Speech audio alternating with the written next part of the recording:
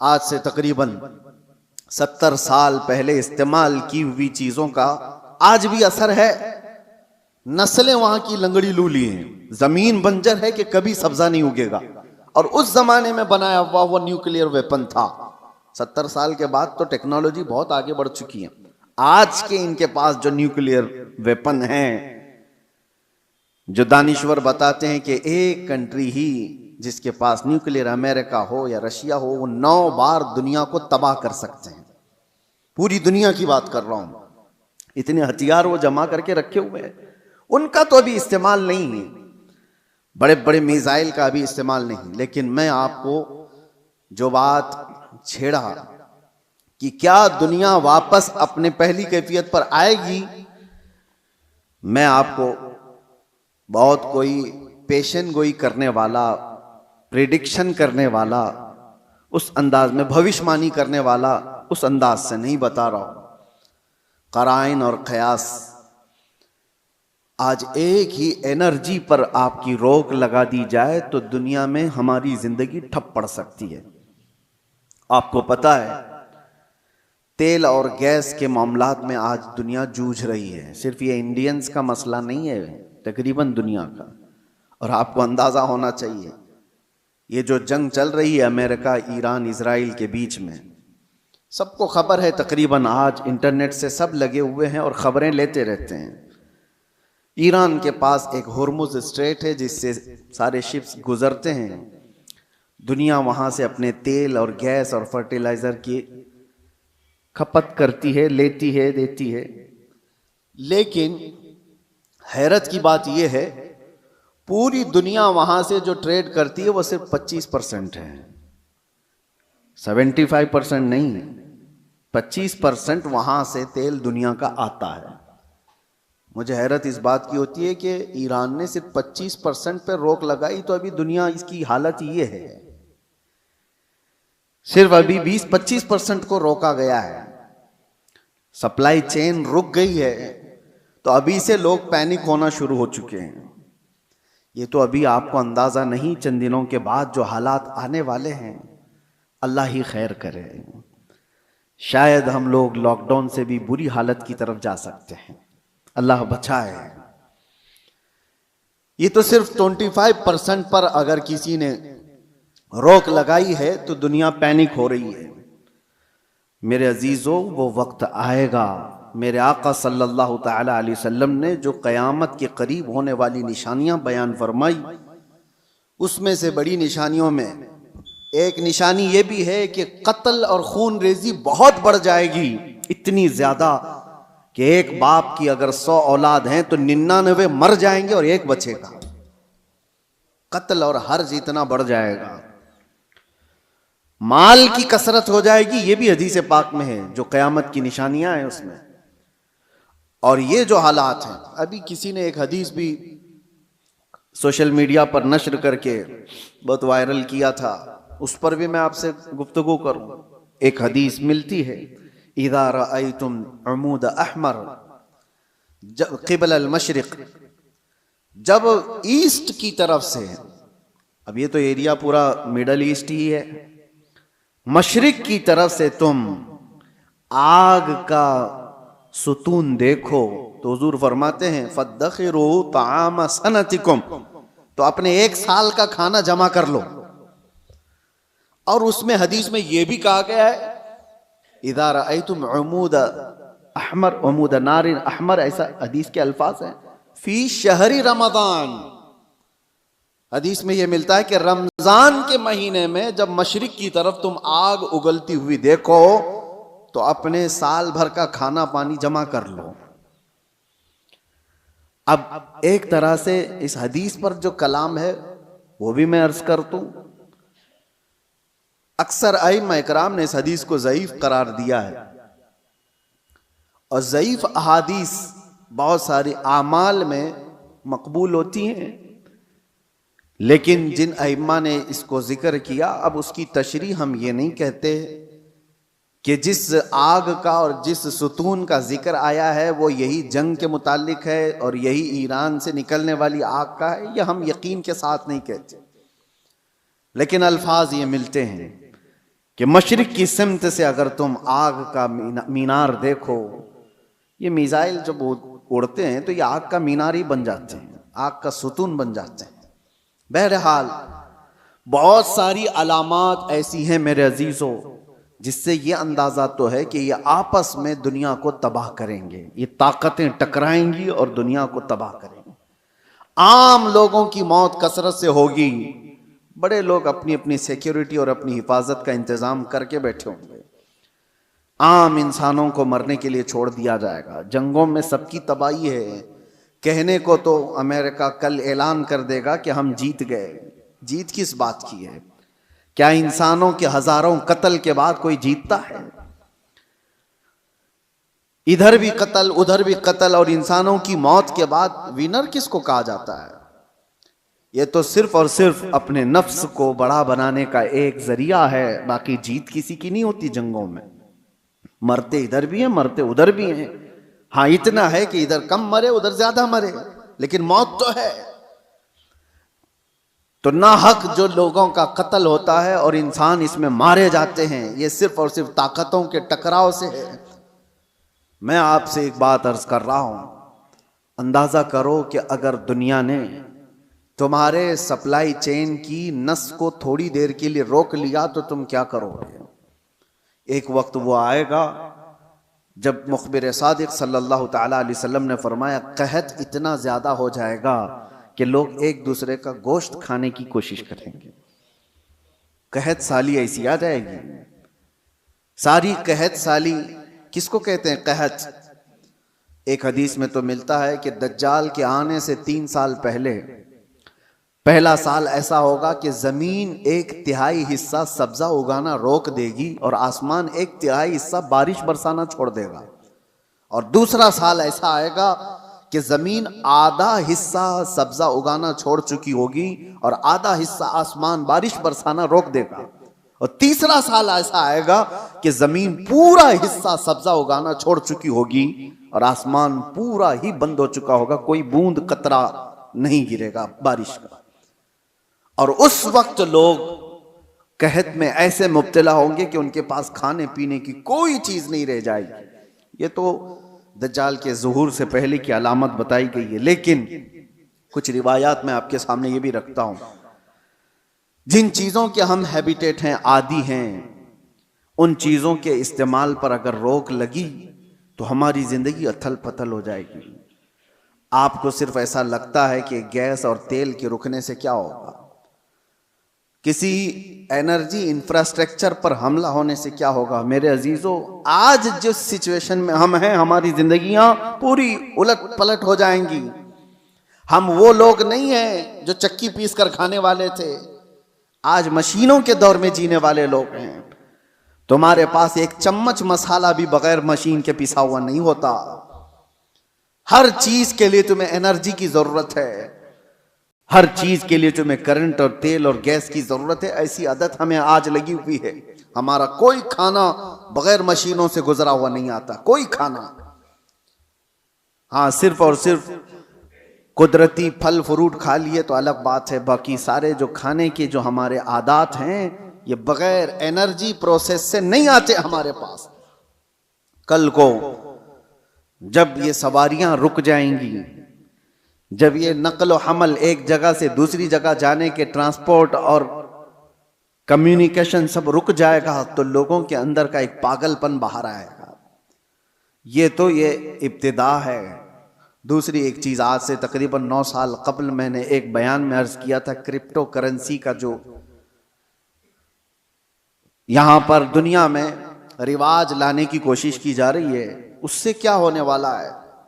एक बात मैं आपको बताऊं, अनकरीब ऐसे हालात आएंगे कि आपसे आपका माल और दौलत सब खत्म कर दिया जाएगा। आपके जेब में जो ये सिक्के और पैसे हैं, एक दिन ये सब निकल जाएंगे। वैसे भी अभी आधे से कम रह गए आपके पास। आपकी जो दौलत है वो सब आपके बैंकों में है और आप मोबाइल लेकर के घूमते हैं या एटीएम कार्ड लेके घूमते हैं। आपको बैंक ने सिर्फ इतना बताया, इतने डिजिट हैं आपके पास पैसे। आपको भी यकीन है 10 लाख रुपए आपने बैंक में जमा किया और 10 लाख का डिजिट आपको बैंक ने दे दिया आपके मोबाइल के मैसेज पर, और आपको यकीन है मेरे पास 10 लाख हैं। पकड़ने में कुछ भी नहीं आपके पास, और ना ही रोज जाकर के आप बैंक का मुशाहिदा कर रहे हैं कि मेरे जो नोट दिया था वो है कि नहीं है कि नहीं है। आपको उससे कोई मतलब नहीं। बैंकों ने आपको एक जमानत दे दी कि आपके इतने पैसे हमारे पास हैं। जमानत क्या है? सिर्फ मैसेज है, वो डिजिट है, वो नंबर्स हैं। उन्हीं नंबर्स पर दुनिया जी रही होगी। अभी ये रिवाज और बढ़ता जाएगा। आप जो कैरी करते थे सिक्के और नोट, वो भी खत्म कर दिए जाएंगे, कुछ नहीं होगा किसी के पास। और सारा ट्रांजैक्शन आपका जो चलता है वो इंटरनेट से चलता है। जिस दिन इंटरनेट को शट डाउन कर दिया जाएगा, सारे के सारे फकीर होंगे, किसी के पास कुछ नहीं होगा। उनके हाथों में ना कोई रकम होगी, ना कोई पैसा होगा, क्योंकि सब कुछ उनको बताया गया था कि बैंक में इतने डिजिट हैं हमारे पास। इसकी क्या श्योरिटी है कि कभी इंटरनेट बंद नहीं होगा? इसकी क्या गारंटी है? मेरे अजीजों, इसीलिए पहले के दौर में लोग दिरहम और दीनार रखते थे। दिरहम और दीनार क्या होते हैं? दिरहम चांदी का सिक्का होता था और दीनार सोने का सिक्का होता था। हुकूमतें चाहे जितनी भी बदल जाएं, दीनार को आप मेल्ट करते तो सोने की वैल्यू हमेशा रहती, चांदी की वैल्यू हमेशा रहती। लेकिन यहूदियों ने दिरहम और दीनार को हटा करके करेंसी नोट लाए। कागज के टुकड़े जो आज हमारी जेब में हैं, 100 का है, 200 का है, 500 का है, 2000 का, जो भी नोट हैं, डॉलर हो कि यूरो हो कि पाउंड हो कि रुपया हो, सब कागज पे हैं। और इस कागज की वैल्यू सिर्फ इसलिए है कि गवर्नमेंट ने कहा है इसकी इतनी कीमत है। और जिस रात को ऐलान कर दे कि कल से ये नोट नहीं चलने वाली, वो सारे कचरे के भाव में भी नहीं जाते।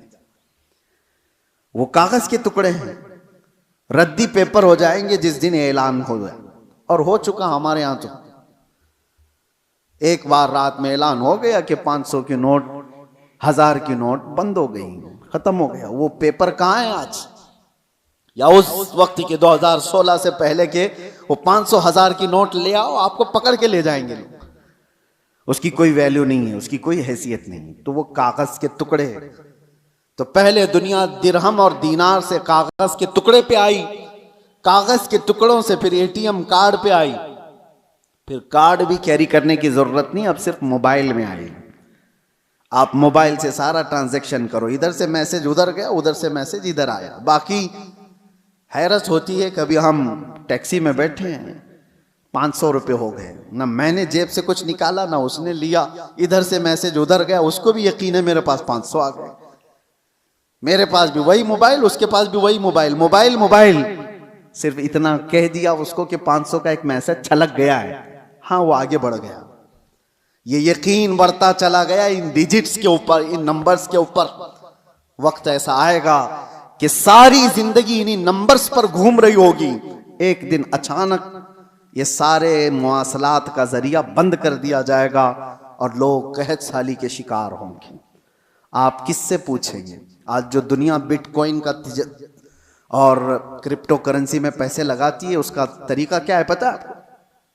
बिटकॉइन एक गायबाना करेंसी है, किसी कंट्री की करेंसी नहीं। डॉलर आपने देखा है, यूरो आपने देखा है, पाउंड इंग्लैंड का आपने देखा, रुपया भी देखा है। बिटकॉइन क्या है वो देखा ही नहीं किसी ने, वो है ही नहीं। वो एक क्रिमिनल दुनिया चलाती है और उन्होंने अपनी एक कीमत उसकी लगाई है और रोज बढ़ती जाती है कीमत। 40 लाख, 50 लाख, 60 लाख एक एक बिटकॉइन खरीदने के लिए लोग पैसे लगाते हैं। आपने 60 लाख रुपए देकर एक बिटकॉइन खरीदा, सामने वाले ने कहा कि हाँ एक बिटकॉइन आपका है, कहां है वो? उसने नंबर दिया है खाली, कोई सोना और चांदी उठा के नहीं दिया, कोई गारंटी नहीं है। बस इस पर भी दुनिया पागल है और लाखों की तादाद में क्रिप्टो करेंसी और ये बिटकॉइन को खरीदने के लिए पागल है दुनिया, पैसे लगाई हुई है। जो चीज दिख ही नहीं रही है उसको भी खरीदा जा रहा है, लिया जा रहा है। मेरे अजीजों, मैं आपको उन आखिरी अलामात के बारे में कह रहा हूं कि दुनिया कभी तरक्की करते करते करते इतने आगे जा चुकी जो उसकी खुद की तबाही का जरिया है। इंसान खुद अपने आप को तबाह कर लेगा। आज ये तमाम जराया पर निर्भर होकर के रहना, यह हमारी तबाही के करीब जाने का है। अब मेरी बातों को कुछ मॉडर्न लोग ये कहेंगे कि ये पुराने ख्यालात की बात कर रहे हैं, तरक्की को नहीं चाहते हैं, आसानी को नहीं चाहते। मेरे अजीजों, तरक्की और आसानी कौन नहीं चाहता, लेकिन तुम्हारे पास श्योरिटी और गारंटी क्या है? किसी चीज की नहीं। और आज दुनिया को जिस अंदाज से निर्भर करके रखा गया है, तकरीबन पौनी दुनिया ऐसी है आज जो क्रेडिट पर तिजारत करती है, सूद पर तिजारत करती है। सबको क्रेडिट कार्ड पकड़ाए गए हैं, तुम सूद भरते रहो, इंटरेस्ट भरते रहो। लोन की दुनिया पर आधे से ज्यादा दुनिया चल रही है। मेरे अजीजों, यही कुर्बे क़यामत की अलामात हैं, ये निशानियां हैं। मैं आज ही पढ़ रहा था हदीस पाक, हुजूर सल्लल्लाहु तआला अलैहि वसल्लम की एक हदीस है, लोग जिना रास्ते पे ऐसा कर रहे होंगे जैसे गधे और कुत्ते करते हैं। और उस जमाने में सबसे शरीफ आदमी कौन होगा पता है आपको? जिना कर रहे होंगे लोग नंगे होकर के, उनमें सबसे शरीफ आदमी वो होगा जो ये कहेगा कि भाई थोड़ा दीवार के पीछे चले जाओ। वो सिर्फ इतना कहने वाला उस जमाने का सबसे शरीफ आदमी होगा। जो गुनाह कर रहा है उनसे सिर्फ वो इतना कहेगा कि दीवार के पीछे चले जाओ, इतना कहने वाला उस जमाने का शरीफ आदमी होगा। वो जमाना करीब है मेरे अजीजों। और यहां तक कि ईमान वालों को लोग ताना मार रहे होंगे, इसको देखो ये मुसलमान है, इसको देखो, ऐसे ताना मार रहे होंगे जैसे चोरों को ताना मारा जाता है। ईमान पर जिंदा रहना और कायम रहना एक बड़ा मुश्किल हो जाएगा। आज आपके सामने मैं ये सारी बातें इसलिए रख रहा हूं कि हम कब्रिस्तान की तरफ से गुजरेंगे तो ये एहसास करेंगे जो कब्र में सोया है वो कितना महफूज है, काश उसकी जगह मैं होता। हुजूर ने फरमाया, हदीस है ये, क़यामत के करीब तुम कब्रिस्तान से गुजरोगे तो ये तमन्ना करोगे कि कब्र में सोया हुआ आदमी कितना अच्छा है कि वो मुझसे पहले दुनिया में फितनों से महफूज चला गया। आज ये सारे फितने वो नहीं देख रहा है। एक बात आप याद रख लेना, ये जंगों के हालात दुनिया को अभी बदल के रखने वाले हैं। अगले साल तक अल्लाह ने अगर जिंदगी दी तो देखना दुनिया का नक्शा बदल चुका होगा, जीने के अंदाज बदल चुके होंगे, बहुत सारी नई चीजें आपको सुनने में आएंगी और देखने को मिलेंगी, तौर तरीके बदल चुके होंगे। अचानक होने वाले हालात पूरी दुनिया को एकसर बदल कर रखेंगे। इसलिए हर घड़ी आप एक्टिव रहो कि ईमान के साथ दुनिया से जाना है। इन फितनों के दौर में हर घड़ी आप अपने ईमान की हिफाजत की फिक्र करो। अब जो दौर आ रहा है इससे खतरनाक दौर दुनिया की इब्तिदा से लेकर अब तक नहीं आया, कभी नहीं। इससे ज्यादा खतरनाक दौर कभी पहले नहीं आया। जो आने वाला है वो दज्जाल के ज़हूर का जमाना है। नबी अकरम सल्लल्लाहु अलैहि वसल्लम ने फरमाया, रुए जमीन पर सबसे बड़ा फितना होगा दुनिया का। और नबी आखिरुज़्ज़मा खुद दुआ करते थे अल्लाह की बारगाह में कि अल्लाह मुझे दज्जाल की फितनों से महफूज रख। तो सैयदुल अंबिया जिसकी दुआ करके पनाह मांगते हो, हमारा हशर क्या होगा, हमारा हाल क्या होगा। जिसको बचने की फिक्र होगी अल्लाह उसकी हिफाजत करेगा। जो बचने की फिक्र ही नहीं करता हो, खौफ ही ना हो उसके दिल के अंदर, फिर तो वो खत्म हो जाएगा। अब मैं एक और हदीस बयान करके मेरे अपने मौजू के सिलसिले में, मैंने आज क्यों छेड़ा इसको, ईरान, अमेरिका, इजराइल, ये दुनिया में अभी सबकी जुबानों पर चल रहे जंग के हालात हैं।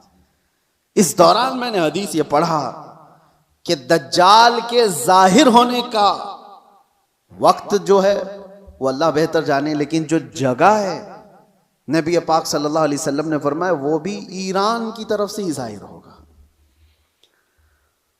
दज्जाल के जाहिर होने की जगह जो बताई गई वो मशरिक की तरफ से जाहिर होगा। ईरान का एक शहर है इस्फहान।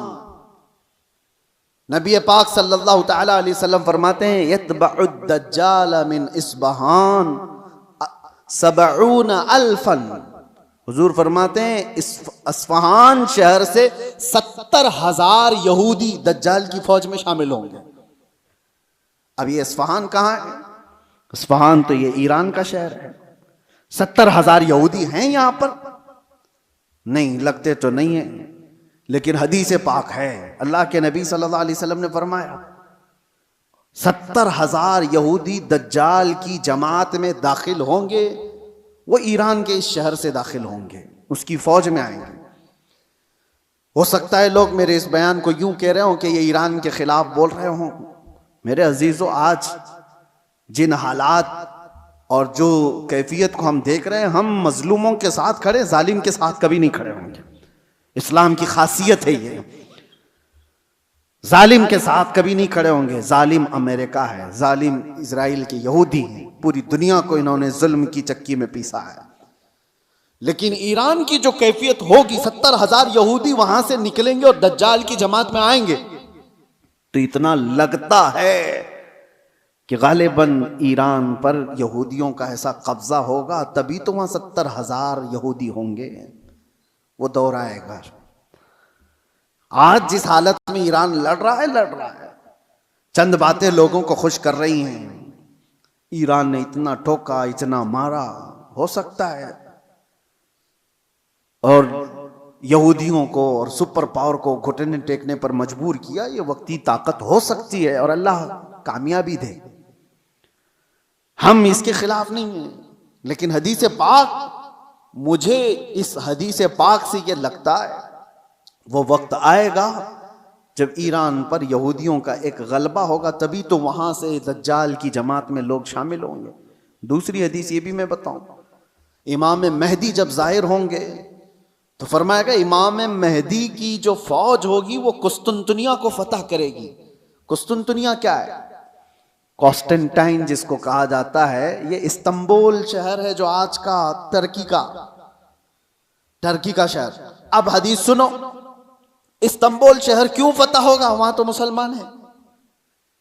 आज जो हालात हैं इस्तांबुल में, अजानों की आवाजें गूंज रही हैं, लोग नमाज पढ़ रहे हैं, फिर इमाम मेहदी क्यों फतह करेंगे?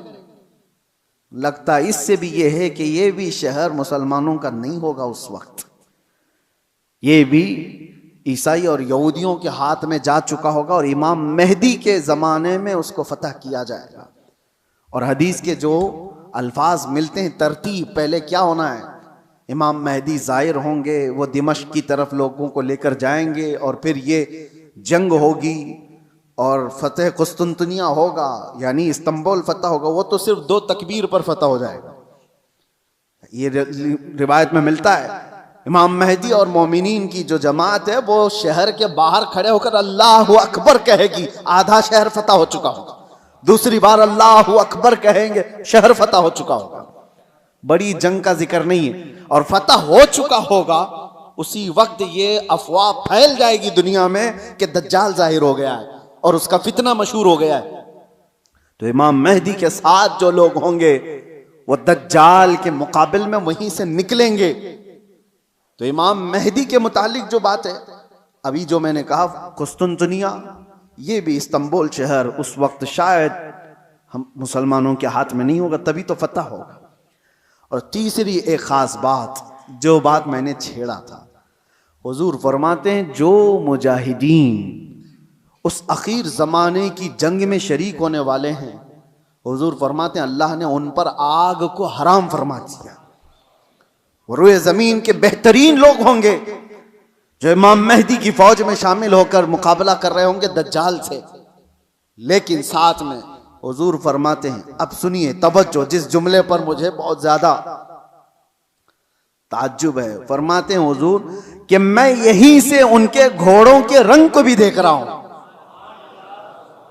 नबी पाक सल्लल्लाहु ताला अलैहि वसल्लम मुखबिर सादिक हैं, वो गैब की खबर जानते हैं, बात के हालात देख रहे हैं, अल्लाह ने उनको इल्म अता किया। ये सब अपनी जगह पर, यह हमारा अकीदा है। लेकिन इस जुमले पर तवज्जो करें, क्या उस जमाने की फौज घोड़े पर बैठी होगी? हुजूर फरमाने में उनके घोड़ों का रंग देख रहा हूं। तो इसी हदीस से मुझे यह कहना पड़ा, शायद दुनिया जहां से शुरू हुई थी वहीं से वापस आ जाएगी। दौर ऐसा आ जाएगा कि जहां से दुनिया शुरू हुई थी वो घोड़सवारी थी, सवारियां थी। लड़ाई के दौर भी तलवारों के थे, नेज़े और भाले के थे, मिसाइल और ये सारे जेट तैयारे नहीं थे। इसीलिए एक मशहूर साइंसदान आइंस्टाइन की बात मैं कोई अपने हवाले के लिए या मेरी तायीद के लिए नकल नहीं कर रहा हूं, लेकिन मशहूर है जमाने में। उसने कहा था थर्ड वर्ल्ड वॉर कैसे होगी ये मुझे पता नहीं, लेकिन फोर्थ वर्ल्ड वॉर होगी तो लकड़ियों से लड़ी जाएगी। तो उससे पूछा गया ऐसा क्यों? कहा थर्ड वर्ल्ड वॉर में दुनिया इतनी तबाह कर देंगे ये लोग न्यूक्लियर पावर से कि कुछ बचा ही नहीं होगा, और बाद में जो लोग बचे होंगे वो लकड़ियों से लड़ेंगे। या उसके अपने प्रिडिक्शन हो सकते हैं, मैं अपनी तायीद में नहीं कह रहा हूं, लेकिन हदीस है पाक, हुजूर पाक सल्लल्लाहु तआला अलैहि वसल्लम फरमाते हैं। और ये एक हदीस ये भी है कि दज्जाल जिस गधे पर सवार होगा, वो भी हदीस में उसका जिक्र है कि वो 1 मील तक एक कदम रखेगा, और उसकी भी सवारी का जिक्र है। अब वो कौन सी सवारी है उसका जिक्र आया है हदीसों में। तो हम हदीस के जाहिरी माने को भी देखते हैं, और हो सकता है उसका बातिनी कोई और माना हो, लेकिन जब तक हदीस जाहिर में समझ में आती है उसी पर हम अमल करते हैं। आखिर जमाना शायद वैसा आने वाला हो। इसलिए मेरे अजीजों, बहुत तरक्की पर जो आज उरूज पर लोग नाज करते हैं, शायद दुनिया उनको पटक देगी, दुनिया उनको वापस उनके नशे के गुरूर को मट्टी में मिलाकर रख देगी। आज जिनके पास पेट्रोट मिसाइल हैं, जिनके पास चांद में जाने की सलाहियत, जिनके पास मरियन पनडुब्बियां ऐसी के समंदरों को चीर करके निकलने वाली सारे हथियार, सब कुछ था इनके पास, लेकिन जिस दिन ये सारी टेक्नोलॉजी मार दी जाएगी, खत्म कर दी जाएगी, ये किसी और के जरिए से नहीं, तुम आपस में मार लोगे एक दूसरे को। तुमने भी हथियार बनाए, हमने भी हथियार बनाए, दोनों मार लेंगे, एक दूसरे को खत्म कर देंगे। फिर जीने का सलीका वही होगा जो इंसानों के इब्तिदाई जमाने में था। इंसान दुनिया में जिस तरह से बगैर लिबास के सादा सा आया था, उसी अंदाज से फिर जीने का तरीका सीख लेगा और दुनिया वहीं पर आ जाएगी।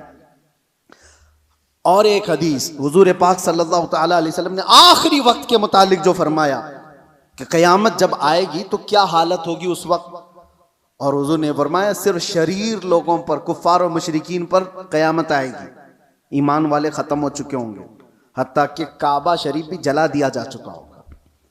हदीस पाक में मिलता है काबा को खत्म करने वाला एक हबशी शख्स आएगा, कुरान उठा लिया जाएगा रुए जमीन से। ईमान वाले पूरी दुनिया पर नहीं होंगे जब क़यामत आएगी, और क़यामत आने के वक्त, ऐन वक्त जो सूर फूंका जाएगा, उस वक्त लोग क्या कर रहे होंगे? उस वक्त हुजूर फरमाते हैं कि सब अपने अपने कामों में मशगूल होंगे। कोई खेती बाड़ी कर रहा होगा, हल चला रहा होगा, कोई कपड़ा काट रहा होगा, और वो वहीं से अपनी कैंची फेंक देगा। हल चला रहा होगा, वहीं फेंक देगा वो आवाज सुनते ही, यहां तक कि हामिला औरत के पेट से बच्चा निकल जाएगा उस आवाज की दहशत से। दूध पिलाने वाली मां अपने बच्चे को फेंक देगी। ये जो हदीस में है, वहां पर भी दुनिया की बड़ी तरक्कियात का जिक्र नहीं है। ये नहीं है कि बहुत हाई फाई इंटरनेट में आदमी बैठा होगा या मशीनें चला रहा होगा। वहां पर भी हदीस में जिक्र मिलता है कि हल चला रहा होगा, कैंची काट रहा होगा। फिर मुझे यही कहना पड़ता है कि दुनिया जहां से शुरू हुई थी उन्हीं हालात पर आ जाएगी। ये कैंची हाथ में लेगी और हल हाथ में लेगी, जमीन में बीज बोएगी और फसल उगाएगी, और जब आएंगे तो चक्की पीस करके अपने घर के खाने का इंतजाम करेगी। बहरहाल जो भी हालात हैं, हम दुनिया के आखिरी वक्त पर आ चुके हैं। और एक ये भी बात मैं कह करके जाता हूं, बाज बुजुर्गों ने फरमाया इमाम मेहदी कब जाहिर होंगे, तो उसके मुतालिक बुजुर्गों ने फरमाया जब सारे मोमिनीन दुआ करने लग जाएं कि ऐ अल्लाह इमाम मेहदी को जाहिर फरमाते, तो अल्लाह तबारक व तआला करीब है कि उनको जाहिर फरमाएगा। लेकिन आज की सिचुएशन ये है, मैं देखता हूँ हम सारी दुआएं करते हैं, क्या मोमिनीन की आम जमातें इमाम मेहदी के जाहिर होने की दुआ करते हैं? कहीं ये दुआ का भी रिवाज आम हो जाए कि अल्लाह इमाम मेहदी को जाहिर फरमाते।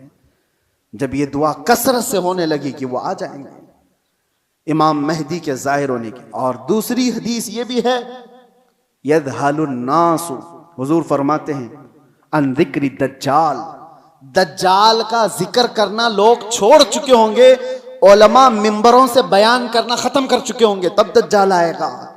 जब तक दज्जाल के बारे में अवेयरनेस होगा लोगों के दरमियान, दज्जाल नहीं आएगा। लोग बयान करना छोड़ चुके होंगे और उसका जिक्र करना तर्क कर चुके होंगे। ये दोनों चीजें हमारे अंदर आने ना पाए। अल्लाह तबारक व तआला हम सबको आखिरी ज़माने की फितनों से महफूज फरमाए। आज जो होने वाले हालात हैं उसके लिए आप अपने अपने इंतज़ामात में, लोग आज अपना राशन पानी सब जमा कर रहे हैं, मैं कहता हूँ अपना ईमान भी जमा करके रखो, अपने आमाल और अपने अकीदे की हिफाजत करो। कल के आने वाला दौर, एक दिन 2 दिन रोटी ना खा करके अगर आप रह भी जाओगे लेकिन ईमान के बगैर दुनिया से जाओगे तो हमेशा जहन्नम में जलाए जाओगे। ईमान की हिफाजत भी आज उतनी ही ज़रूरी है, इसलिए कि आदमी जब मुसीबतें आती हैं तो इनकार खुदा कर बैठता है, वो लोगों के पीछे चल भागता है। वो दौर आएगा जब लोग अपने माल की तरफ तुम्हें बुलाएंगे, तुम्हारे पास होगा कुछ नहीं तो भागोगे उनके पास, अपना ईमान भी बेच दें, सब कुछ, कि मुझे मेरे बच्चों को खिलाना है, मैं आज इसके पास जाऊंगा, इसके पास माल है, इसके पास खाना पानी है, इसके पास राशन है, ये सब कुछ दे रहा है। ये कहा गया कि दज्जाल रोटियों के पहाड़ लेकर चलेगा। जब दुनिया में कहत होगा, लोग खाने के मोहताज होंगे और दज्जाल के पास ग़िज़ा के पहाड़ होंगे, चल रहे होंगे साथ में, दुनिया भूखी उसके पीछे लपक जाएगी कि रोटियों का पहाड़ इसके साथ है। तो खाने का जखीरा जिसके पास होगा, दुनिया पागल की तरह उसकी तरफ लपक जाएगी। तो आने वाला दौर अगर कहत का है तो आप ये भी ईमान रखो कि जहां खाना बट रहा है वहां ईमान वाला नहीं जाता। जहां मेरे मुस्तफा की मोहब्बत बट रही है, भूख को तर्क करेगा, मेरे आका के कदमों को इख्तियार करेगा। अल्लाह ताला हमें हुजूर के कदमों में जिंदगी अता फरमाए, ईमान के साथ जिंदा रखे और ईमान के साथ इस दुनिया से उठाए। व आखिर दावाना अनिल हम्दुलिल्लाहि रब्बिल आलमीन। अस्सलामु अलैकुम।